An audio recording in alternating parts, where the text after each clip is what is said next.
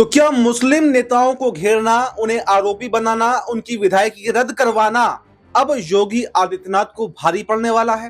क्योंकि देखा गया 2017 के बाद से अगर आप उठा करके देखेंगे तो उत्तर प्रदेश के अंदर कई विधायकों की विधायकी गई है, और अगर उसमें उठा करके आप देखें तो ज्यादातर मुस्लिम नेता हैं या फिर विपक्षी नेता हैं। कोई भी बीजेपी का नेता उसमें शामिल नहीं है। सबसे पहले आजम खान को घेरा गया, आजम परिवार को घेरा गया, खुद आजम खान की विधायकी रद्द होती है, उनके बेटे अब्दुल्ला आजम की विधायकी रद्द होती है, और उसके बाद में देखा जाता है कि इरफान सोलंकी की विधायकी रद्द होती है, और अभी हाल फिलहाल में अब्बास अंसारी की विधायकी रद्द कर दी गई। और उस विधायकी रद्द करने के बाद में अब ये मामला गरमाया हुआ है कि क्या कोर्ट से अब्बास अंसारी को विधायकी वापस मिलेगी, और जो योगी आदित्यनाथ ने तमाम विधायकी रद्द की हैं उसका उनको कोई फायदा मिल भी पाया है या फिर नहीं। क्योंकि अगर आप रामपुर के अंदर देखेंगे तो रामपुर में तो जरूर थोड़ा बहुत फायदा मिल गया, क्योंकि जो सदर विधायक खुद यहाँ पर आजम खान थे, अब आकाश सक्सेना वहां से विधायक हैं। उपचुनाव में बीजेपी की जीत हुई, लेकिन कई गड़बड़ियों के आरोप भी सामने आए, गड़बड़ियां लगाई गई, उसके बावजूद भी बीजेपी बहुत कम मार्जिन से जीत पाई है और दशकों बाद रामपुर के अंदर जीत मिली। लेकिन अगर बात कर ले इरफान सोलंकी की सीट पर, तो इरफान सोलंकी की सीट पर बीजेपी ने हाथ पैर खूब मारे, खूब कोशिशें की, लेकिन जीत नहीं मिल पाई, बल्कि उनकी पत्नी नसीम सोलंकी वहां से जीत गई। ऐसे में सवाल यह बन रहा है कि अब मऊ से जो विधायकी अब्बास अंसारी की रद्द हुई है, तो क्या बीजेपी यहां पर रामपुर वाला खेल दोहरा पाएगी या फिर बीजेपी को बड़ा झटका लगेगा? इस पर हम विस्तार से चर्चा करेंगे। मेरे साथ मेरे सहयोगी सिराज भाई मौजूद हैं। सिराज भाई, इस प्रोग्राम में आपका बहुत बहुत स्वागत है। आप उत्तर प्रदेश की राजनीति से भली भांति जो है वाकिफ हैं। आप जानते हैं कि योगी आदित्यनाथ की कार्यशैली कैसी है, उन पर क्या क्या आरोप लगते हैं कि मुस्लिमों के विरोधी वो कट्टर कहे जाते हैं, जबकि एक सीएम का ये दायित्व होता है कि वो हर वर्ग का सीएम है, छोटे बड़े, जिसने उसको वोट दिया उसका भी सीएम है, जिसने वोट नहीं दिया उसका भी सीएम है, वो हिंदू का भी सीएम है, मुसलमान का भी सीएम है, हर धर्म जाति से ऊपर उठकर वो पूरे राज्य भर का सीएम होता है, ऐसे पीएम होता है। ये सारे संवैधानिक पद होते हैं। लेकिन उत्तर प्रदेश के अंदर देखा जाता है कि राजनीति का स्तर बिल्कुल बदल गया है, और योगी आदित्यनाथ ने जिस तरह की राजनीति करी है वो एक नई ही राजनीति उत्तर प्रदेश के अंदर देखने को मिल रही है।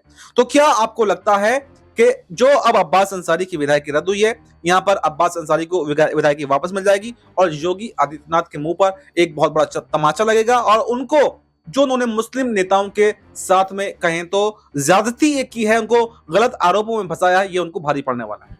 देखिए अब्बास जी, जिस तरीके से योगी आदित्यनाथ की कार्यशैली को लेकर विपक्ष लगातार सवाल उठाता है, जाहिर सी बात है इसके कई पहलू नजर आते हैं। सबसे पहले अगर हम बात करें आजम खान की, तो देखिए आजम खान और उनके परिवार की मुश्किलें तब से बढ़ती हुई नजर आई जब से योगी आदित्यनाथ की सरकार उत्तर प्रदेश में आई। उसके बाद से देखा गया कि आजम खान की भी जो तमाम जिम्मेदारियां हैं वो चली जाती हैं। इसके बाद उनके बेटे अब्दुल्ला आजम की विधायकी भी रद्द हो जाती है। हालांकि देखा जाए तो विपक्ष आरोप लगाता है, लेकिन ये तमाम जो काम है ये कहीं ना कहीं कानूनी तरीके से किए जाते हैं ताकि सरकार पर कोई सवाल ना उठा सके। लेकिन विपक्ष लगातार बीजेपी सरकार की मंशा पर सवाल उठाता रहा है, ये कोई नई बात नहीं है। लेकिन यहीं पर मैं एक सवाल लूंगा। आपने कहा कि कानूनी तरीके से सवाल उठाए गए हैं, उनको दांव पेच में फंसाया गया है, लेकिन आजम खान की विधायकी रद्द हुई हेट स्पीच मामले में, इरफान सोलंकी की भी कुछ ऐसे ही मामलों में रद्द हुई, और अगर बात करें अब्बास अंसारी की, उनकी भी हेट स्पीच मामले में दर्ज हुई। तो क्या बीजेपी के नेता इतने साफ सुथरे हैं कि वो कोई ऐसा बयान नहीं देते जो हेट स्पीच के दायरे में आए? क्या योगी आदित्यनाथ के भाषणों को आप अगर खुद उठा करके देखेंगे तो 10 हेट स्पीच के मामले उन पर बन जाएंगे, तो उन पर कौन मामले दर्ज करेगा? क्या उत्तर प्रदेश की पुलिस, क्या दूसरे नेता इस आवाज को उठाएंगे? और क्या अब जो हेट स्पीच के मामले हैं योगी आदित्यनाथ के खिलाफ भी दर्ज होंगे, और क्या योगी आदित्यनाथ को सीएम कुर्सी भी छोड़नी पड़ सकती है? देखिए अब्बास जी, बहुत ही जरूरी सवाल आपने पूछा। जाहिर सी बात है कि योगी आदित्यनाथ हो या भारतीय जनता पार्टी के कई ऐसे नेता हैं जो इस तरह की बयान देते हैं जिससे साफ जाहिर होता है कि कहीं ना कहीं ये कह सकते हैं सांप्रदायिक तनाव को बढ़ा सकता है।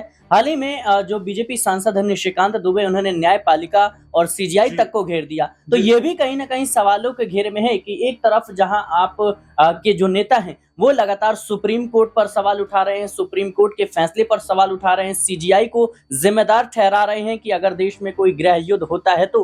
और ये तमाम चीजें जब देखने को मिली जब वक्फ संशोधन बिल को लेकर सुप्रीम कोर्ट में सुनवाई चल रही थी, और जिस तरीके से जगदीप धनखड़ जो उपराष्ट्रपति हैं उन्होंने कह सकते हैं कि सीजीआई को कटघरे में खड़ा किया, सुप्रीम कोर्ट को कटघरे में खड़ा किया, तो ये तमाम चीजें हैं जो कहीं ना कहीं संदेह पैदा करती है। लेकिन जैसा कि मैंने पहले ही कहा कि वो आजम खान हो, इरफान सोलंकी हो, अब्बास अंसारी हो, अब्दुल्ला आजम हो, ये वो नेता हैं जिनको कहीं ना कहीं लेकर ये कहा जाता है कि इनको टारगेट किया गया। लेकिन मैं पहले ही कह रहा हूं कि ये जो तमाम जो कह सकते हैं कानूनी कार्रवाई है, इसको इस तरीके से किया जाता है लेकिन देखिए, बिल्कुल बहुत अच्छा बात आपने कही कि कानूनी प्रक्रिया के तहत ही तो यहाँ पर विधायकी रद्द हुई क्योंकि कोर्ट से फैसला आया। लेकिन जरा आप इसको भी उठा करके देखिए, मुर्गी चोरी, बकरी चोरी, टोटी चोरी, ये तमाम चोरी के आरोप लगाए गए, ये कौन लगाता है? ये सरकार। मुकदमे दर्ज करना किसकी जिम्मेदारी है? किसके हाथ में है? सरकार के हाथ में है। और सरकार लोगों को ढूंढ के फर्जी मुकदमे तैयार किए गए, और उसी की वजह यह है कि आज आजम खान जेल के अंदर बंद है। तो ये कहीं ना कहीं टारगेट तो किया गया है। लेकिन अब सवाल यह है कि अपने नेता जब कोई भाषण देते हैं तो क्या अपने नेताओं के खिलाफ उनको कार्रवाई करने का कोई भी मन नहीं होता? क्या अपने नेताओं पर कार्रवाई नहीं की जाएगी? क्या आंख मूंद करके एक पक्षीय नजरिए से कार्रवाई की जाती है, या फिर कार्रवाई या कानून हमारे देश का जो है वो सबके लिए है? ये तो सवाल बनता है ना। देखिए, मैं वही कह रहा हूं कि जिस तरीके से कह सकते हैं कि एक प्रक्रिया के तहत ये तमाम चीजों को अंजाम दिया जाता है, इससे कहीं ना कहीं सरकार खुद को एक बचने की भी कह सकते हैं रास्ते को साफ कर लेती है। दूसरी तरफ जनता में भी ये संदेश देने की कोशिश होती है कि देखिए हम किस तरीके से जो है कह सकते हैं जो तमाम दोषी लोग हैं, तमाम जो हेट स्पीच कर रहे हैं लोग, उन पर कार्रवाई कर रहे हैं। यूं कहें कि सीधे तौर पर कोर हिंदुत्व वाली राजनीति उत्तर प्रदेश में देखने को मिलती है। लेकिन बात करें अगर अब्बास अंसारी की, तो देखिए अब्बास अंसारी और उनका परिवार हमेशा से योगी आदित्यनाथ के खिलाफत करता रहा है, और इसी बात को लेकर चर्चा हो रही है कि क्या अब्बास अंसारी के बाद उनके परिवार से कोई सदस्य होगा जो उपचुनाव लड़ेगा माफ कीजिएगा मऊ जो मऊ सीट है वहां पर, और उसके बाद क्या उन लोगों के खिलाफ भी कार्रवाई हो सकती है? बिल्कुल हो सकती है, क्योंकि जाहिर सी बात है कि अभी देखा जाए तो अब्बास अंसारी ने जो बयान दिया था उसको लेकर के ये तमाम चीजें देखने को मिली कि फटाफट रविवार के दिन जो है कहीं ना कहीं सचिवालय खोल दिया जाता है। और इतनी जल्दी आखिर होती क्या है? आपके पास जो है इतना समय है, अब्बास अंसारी हाई कोर्ट जाएंगे, सुप्रीम कोर्ट जाएंगे, तमाम तरह की चीजें हैं, आप सोमवार को भी कर सकते थे। लेकिन जो छुट्टी वाला दिन है उस दिन सचिवालय खोला जाता है। उसके बाद जो पुलिस होती है, जिन लोगों ने अब्बास अंसारी के खिलाफ कार्रवाई की थी, उनको सम्मानित किया जाता है। और देखिए योगी आदित्यनाथ की जो नीति है उसको लेकर के भी सवाल उठते रहे हैं। एक तरफ जहां देखा जाए तो कांवड़ यात्रा के दौरान साफ तौर पर नेम प्लेट लगाने का आदेश दिया जाता है, लेकिन दूसरी तरफ अगर रोड पर नमाज पढ़ लेता है कह सकते हैं मुस्लिम, उनको मना किया जाता है। रोड पर होली और तमाम तरह की चीजें होती हैं। होली के त्योहार पर किस तरीके से देखा गया कि जो प्रशासन उत्तर प्रदेश के उसने माहौल बनाने की कोशिश की, सांप्रदायिक तनाव कहीं ना कहीं बनाने की कोशिश की, हालांकि उसमें कामयाबी नहीं मिली। लेकिन दूसरी तरफ देखा जाए तो जो ईद का मौका था उस वक्त नमाज पढ़ने से कहीं ना कहीं रोकने की पूरी कोशिश की गई। और इतना ही नहीं, आप देखेंगे कि कांवड़ यात्रा के दौरान या कुंभ मेले के दौरान जिस तरीके से जो भक्त हैं उन पर फूल बरसाए गए। लेकिन वहीं देखा जाए तो जो कह सकते हैं कि किसी खास समुदाय के जो लोग होते हैं उनके कह सकते हैं उनके साथ ऐसा बर्ताव क्यों? लेकिन मैं पहले ही कह रहा हूं कि जैसा कि आपने कहा कि जो एक मुख्यमंत्री होता है संवैधानिक पद पे होता है और वो सबका मुख्यमंत्री होता है, चाहे वो हिंदू हो, मुस्लिम हो, या फिर कह सकते हैं कि उसने वोट दिया हो ना दिया हो, या वो कह सकते हैं कि किसी और दल का समर्थन करता हो। लेकिन अब आप जीत गए हैं, अब आप किसी पार्टी के नहीं रहे, आप जो है एक संवैधानिक पद पर हैं, तो जाहिर सी बात है इन तमाम चीजों को लेकर योगी आदित्यनाथ निशाने पर रहते हैं और आने वाले समय में भी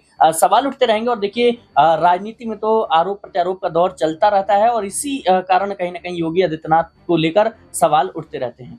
तो देखिए, बिल्कुल हमारे सहयोगी ने आपको विस्तार से बताया कि आगे आने वाले समय में क्या होगा। क्या योगी आदित्यनाथ को ये जो कार्रवाइयां हैं, एक पक्षीय कार्रवाई करना, ये भारी भी पड़ता हुआ दिखाई देगा, या फिर आने वाले समय में कोई राहत भरी खबर यहाँ पर उनके लिए भी बनी रहेगी।